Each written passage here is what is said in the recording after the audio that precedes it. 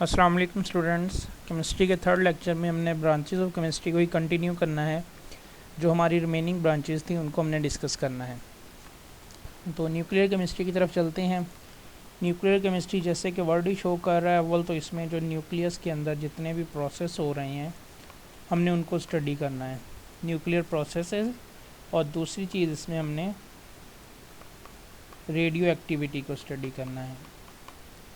Chemistry की वो branch जो न्यूक्लियर के अंदर जितने भी प्रोसेस हो रहे हैं उनको और रेडियो एक्टिविटी को स्टडी करे, इनको डील करे, वो न्यूक्लियर केमिस्ट्री कहलाती है। अब न्यूक्लियर प्रोसेसेस कौन कौन से हैं और रेडियो एक्टिविटी क्या है, हम इनको वन बाय वन डिस्कस कर लेते हैं। न्यूक्लियर प्रोसेस की तरफ चलते हैं। चूँकि न्यूक्लियस से रिलेटेड है, तो न्यूक्लियस जब ब्रेक होता है तो बहुत ज़्यादा एनर्जी रिलीज़ होती है, जिसके बहुत सारे फ़ायदे हैं, उसे बहुत से इस्तेमालात में लाया जा सकता है, जिसे एटॉमिक एनर्जी भी कहा जाता है, जो ये एटम बॉम्ब्स वगैरह में इस्तेमाल होती है। वार्स के अलावा इसके और भी इस्तेमाल हैं और अच्छे अच्छे इस्तेमालात हैं। जैसा कि हमने 8th क्लास में जो हमारा इलेक्ट्रिसिटी प्रोडक्शन वाला चैप्टर था उसमें हमने एक मेथड पढ़ा था, फिजन रिएक्शंस। एक डेफिनेशन आपने पढ़ी होगी। फिजन का मतलब है न्यूक्लियस का ब्रेक होना। जब न्यूक्लियस ब्रेक होता है तो इनॉर्मस अमाउंट में एनर्जी रिलीज़ होती है। वो एनर्जी फिर किस काम आती है? उस एनर्जी से हम वाटर को स्टीम में कन्वर्ट करते हैं। उस स्टीम की मदद से टरबाइंस घूमती हैं और जब टरबाइंस घूमती हैं तो इलेक्ट्रिसिटी प्रोड्यूस होती है।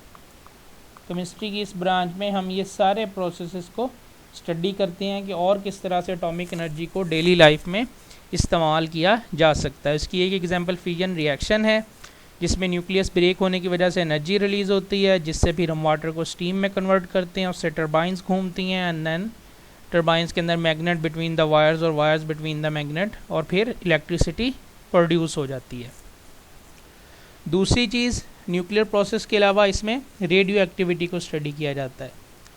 रेडियो का मतलब है रेडिएशंस, शुआएँ। ऐसे एलिमेंट्स की स्टडी भी हमने करनी है जिनमें से रेडिएशन, शुआएँ या तापकारी निकलती हैं। जनरली वो एलिमेंट्स जिनका एटॉमिक नंबर 82 या 82 से ज़्यादा होता है वो रेडियो एक्टिव होते हैं, उनके अंदर से रेडिएशंस निकलती हैं। अब उनका हमें क्या फ़ायदा है? बहुत सारे इस्तेमालात हैं रेडिएशंस के। जैसा कि देखा जाए तो मेडिसिन में या मेडिकल इंडस्ट्री में आप कह लें, जिसे रेडियोथेरापी कहा जाता है, रेडिएशंस के थ्रू ट्रीटमेंट की जाती है, तो मेडिसिन इंडस्ट्री में भी, मेडिकल इंडस्ट्री में भी इसका इस्तेमाल है। उसके अलावा फूड में भी इसका इस्तेमाल है। माइक्रोवेव ओवन जो हैं वो भी रेडिएशंस का इस्तेमाल करते हैं। तो रेडियो एक्टिव कंपाउंड्स की स्टडी और जितने भी न्यूक्लियर प्रोसेस हो रहे हैं उनकी स्टडी न्यूक्लियर केमिस्ट्री के अंडर आती है। इसके अलावा रेडियो एक्टिविटी में ये भी देखा जाता है कि अगर रेडिएशंस, मैटर जो है वो रेडिएशंस को अब्जॉर्ब कर रहा है, मैटर में चाहे आप एनिमल्स को ले लें चाहे प्लांट्स को ले लें, तो रेडिएशंस के क्या असरात हैं उनकी बॉडी पर, इस चीज़ की स्टडी भी रेडियो एक्टिविटी के अंडर आती है। अब इसका स्कोप भी इसी तरह मेडिकल में है, जिसमें ट्रीटमेंट वगैरह आ जाती है। उसके अलावा अगर हम देखें तो इलेक्ट्रिसिटी को प्रोड्यूस करने के लिए भी हम कह सकते हैं कि इसका इस्तेमाल किया जा सकता है। फूड को प्रिजर्व करने के लिए भी इसका इस्तेमाल हो सकता है। तो ये सारे न्यूक्लियर केमिस्ट्री के स्कोप हैं, एरियाज़ हैं जिनको न्यूक्लियर केमिस्ट्री कवर करती है। नेक्स्ट ब्रांच जो हमारी है वो इन्वायरमेंटल केमिस्ट्री है। इसमें हमने इन्वायरमेंट की स्टडी करनी है। इन्वायरमेंट का मतलब है हमारे इर्द गिर्द जो हमारा माहौल है उसकी स्टडी है।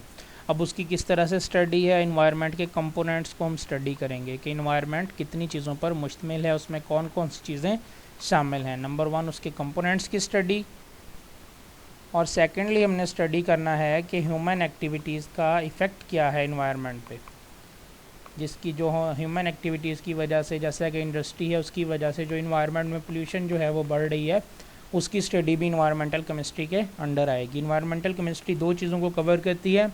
नंबर 1 कंपोनेंट्स ऑफ इन्वायरमेंट, के इन्वायरमेंट के कितने कंपोनेंट्स हैं, क्या क्या चीज़ें उसमें शामिल हैं, और दूसरी चीज़ ह्यूमन एक्टिविटीज़ का इन्वायरमेंट के ऊपर क्या इफ़ेक्ट है।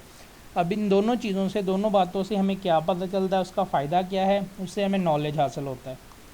जब हमें नॉलेज हासिल होगा तो हमें पता चल जाएगा कि इन्वायरमेंट में पोल्यूशन के सोर्सेज क्या हैं, ज़राए क्या हैं, और फिर हम कोशिश करेंगे कि उन सोर्सेज को, उन ज़राए को ख़त्म किया जा सके और पोल्यूशन को कंट्रोल किया जा सके। तो पोल्यूशन के ख़ात्मे के लिए इन्वायरमेंट का नॉलेज होना लाजमी है, और वो नॉलेज हमें कहाँ से मिलता है? वो हमें इन्वायरमेंटल केमिस्ट्री से मिलता है। उसी नॉलेज को फिर देखते हुए हम अपने इन्वायरमेंट में जो है आप इम्प्रूवमेंट भी ला सकते हैं और पोल्यूशन के अगेंस्ट हम अपनी प्रोटेक्शन भी कर सकते हैं। तो ये केमिस्ट्री की ब्रांच जो है इन्वायरमेंटल स्टडीज़ को कवर करती है। स्टूडेंट्स, नेक्स्ट ब्रांच हमारे पास एनालिटिकल केमिस्ट्री है। एनालिटिकल जो वर्ड है ये एनालिसिस से निकला है। तो इस ब्रांच में हम एनालिसिस करते हैं, किस चीज़ को एनालाइज करते हैं? हम किसी भी सैम्पल को एनालाइज करते हैं। कोई भी हमारे पास सैम्पल है, किसी भी चीज़ को, उस पर हम टेस्ट करते हैं, उसको एनालाइज करते हैं, उससे फिर रिज़ल्ट्स निकालते हैं। अब ये जो एनालिसिस है ये दो तरह से हो सकता है, या तो क्वालिटेटिव होगा, क्वालिटेटिव एनालिसिस, या फिर क्वांटिटेटिव एनालिसिस। एनालिसिस जो हैं वो दो तरह के हैं, number 1 qualitative, number 2 quantitative. Qualitative analysis हमें किसी भी चीज़ की क्वालिटी के बारे में बताता है या उसकी आइडेंटिटी, जिसे हम पहचान कहते हैं, वो बताता है। जबकि क्वांटिटेटिव एनालिसिस हमें क्वांटिटी, मिकदार, या फिर हम इसे अमाउंट कह लें तो ज़्यादा बेहतर होगा। क्वालिटेटिव एनालिसिस हमें पहचान बताता है, क्वांटिटेटिव एनालिसिस हमें किसी भी सैंपल की अमाउंट बताता है। ये दोनों एनालिसिस बहुत नेसेसरी हैं किसी भी सैंपल के बेटर रिजल्ट के लिए, और इन दोनों को हम एनालिटिकल केमिस्ट्री में स्टडी करते हैं। अब इसको हम एग्जांपल से देख लेते हैं कि क्वालिटेटिव एनालिसिस क्या है और क्वांटिटेटिव एनालिसिस क्या है। फॉर एग्जांपल हमारे पास दो बुक्स हैं, एक केमिस्ट्री की है और दूसरी बायो की है। हम कहते हैं कि केमिस्ट्री की बुक जो है वो बायो की बुक से हैवी है। जस्ट हमने हैवी का वर्ड यूज़ किया, हमने क्या बताया? आइडेंटिटी बताई, उसकी पहचान बताई। तो ये एनालिसिस होगा qualitative analysis.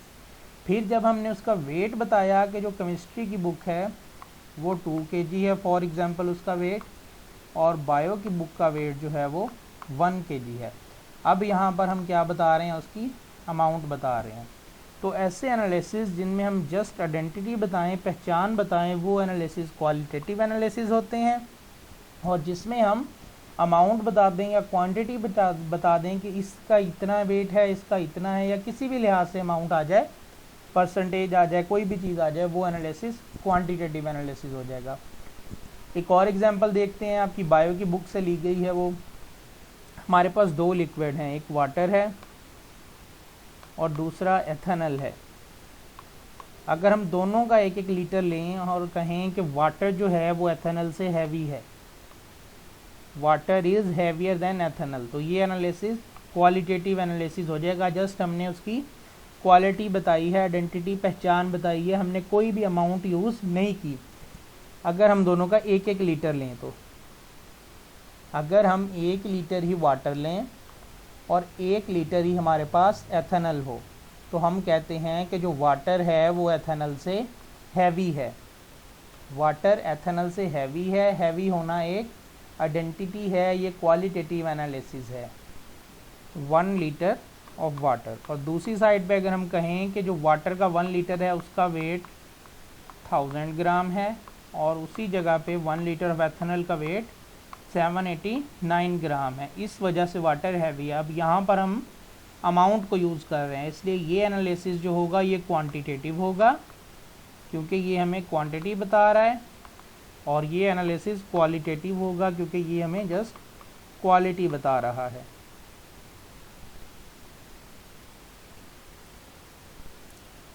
One litre of water है हमारे पास, हम कहते हैं कि वो हैवी है एथेनॉल से, और दूसरी साइड पर हम अगर उनका वेट ले लें तो हम कहते हैं कि वाटर के 1 लीटर का वेट 1000 ग्राम है और एथेनॉल के 1 लीटर का वेट 789 ग्राम है। अब यहाँ पर हमने उनकी अमाउंट बता दिया, जिसकी वजह से ये एनालिसिस क्वांटिटेटिव एनालिसिस हो गया, और यहाँ पर जस्ट हमने आइडेंटिटी की बात की, पहचान बताई, तो ये एनालिसिस क्वालिटेटिव एनालिसिस हो गया। उसके बाद इस ब्रांच का स्कोप हम डिस्कस कर लेते हैं कि स्कोप कहाँ कहाँ पर है। जहाँ पर भी फूड इंडस्ट्री है, जहाँ पर भी इन्वायरमेंट में, फूड इंडस्ट्री में जहाँ पर भी एनालिसिस हो रहा है वहाँ पर एनालिटिकल केमिस्ट्री का स्कोप मौजूद है। उसकी एक एग्जांपल हमने देखी कि अगर फॉर एग्जांपल हम बेकरी आइटम कोई भी ख़रीद लेते हैं तो उसकी रैपिंग के बैक साइड पे सारे प्रोडक्ट्स बताए होते हैं, इसमें इस चीज़ की अमाउंट इतनी है, ये कैलोरीज इतनी है, तो वो सारा कुछ एनालिसिस के थ्रू ही होता है। हर चीज़ को प्रॉपर उसकी अमाउंट में एनालिसिस के थ्रू ऐड किया जाता है। उसके अलावा जितने भी क्लिनिकल एनालिसिस हैं, मेडिकल लेबॉर्ट्रीज़ में टेस्ट हो रहे हैं, वो सारे भी एनालिटिकल केमिस्ट्री के थ्रू ही क्वालिटेटिव और क्वांटिटेटिव एनालिसिस को फॉलो करते हुए ही होते हैं। ब्रांचेस के बाद आपकी बुक में टेस्ट योर सेल्फ दी गई है जो कि इन ब्रांचेस से रिलेटेड है। ये पढ़ के हमें पता चल जाएगा कि हमारे कंसेप्ट कितने जो हैं वो क्लियर हुए हैं, किस हद तक हमें बात समझ आई है। तो इसमें से हम फर्स्ट क्वेश्चन देखते हैं। उसमें बात की गई है in which branch of chemistry behaviour of gases and liquids is studied. Chemistry की वो कौन सी ब्रांच है जिसमें हम गैसेज और लिक्विड को स्टडी करते हैं। तो जो पहली ब्रांच हमने पढ़ी थी फिजिकल केमिस्ट्री, उसमें हमने बताया था कि हम इसमें फिजिकल स्टेट्स को स्टडी करते हैं जो कि हमारे पास सॉलिड, लिक्विड एंड गैस हैं। तो फर्स्ट क्वेश्चन का आंसर फिजिकल केमिस्ट्री होगा। उसके बाद क्वेश्चन है डिफाइन बायोकेमिस्ट्री। बायोकेमिस्ट्री को हमने जो आपकी फोर्थ ब्रांच है उसको हमने इस तरह से डिफ़ाइन किया था कि कंपोजिशन, रिएक्शंस, प्रॉपर्टीज़ और स्ट्रक्चर को जब हम लिविंग ऑर्गेनिज्म में स्टडी करेंगे तो वो बायोकेमिस्ट्री कहलाएगी। दैन नेक्स्ट क्वेश्चन है विच branch of chemistry deals with the preparation of paints and paper. Chemistry की वो कौन सी ब्रांच है जिसमें हम पेंट्स और पेपर की तैयारी को स्टडी करते हैं। इंडस्ट्रियल केमिस्ट्री में हमने पढ़ा था कि जितने भी प्रोडक्ट्स हैं इनकी मैन्युफैक्चरिंग हम कमर्शियल स्केल पर स्टडी करते हैं। तो थर्ड क्वेश्चन का आंसर इंडस्ट्रियल केमिस्ट्री होगा। Industrial chemistry is the branch of chemistry which deals with the preparation of paints and paper. Fourth question है in which branch of chemistry metabolic process of carbohydrate and proteins are studied. Metabolic process वो process जो हमारी food की digestion के दौरान हमारी body में हो रहे हैं, तो इन सब की स्टडी हम बायोकेमिस्ट्री में करते हैं। नेक्स्ट फिफ्थ क्वेश्चन है विच branch of chemistry deals with atomic energy and it's use in daily life. हमने आज ही पढ़ा कि एटॉमिक एनर्जी को, न्यूक्लियस की एनर्जी को डेली लाइफ में इलेक्ट्रिसिटी प्रोडक्शन के इस्तेमाल के लिए जब हम स्टडी करेंगे तो वो न्यूक्लियर केमिस्ट्री के अंडर आएगा। नेक्स्ट क्वेश्चन है विच branch of chemistry deals with the structure and properties of naturally occurring molecules. वो मॉलिक्यूल्स जो नेचुरली एग्जिस्ट करते हैं। ऑर्गेनिक केमिस्ट्री में हमने पढ़ा था कि जो ऑर्गेनिक कंपाउंड्स हैं वो नेचुरली भी एग्जिस्ट करते हैं और आर्टिफिशियली लेबॉर्ट्री में भी सिंथेसाइज होते हैं। तो नेचुरली अकरिंग मॉलिक्यूल्स की स्टडी को ऑर्गेनिक केमिस्ट्री कवर करती है। तो सिक्स्थ क्वेश्चन का आंसर ऑर्गेनिक केमिस्ट्री होगा।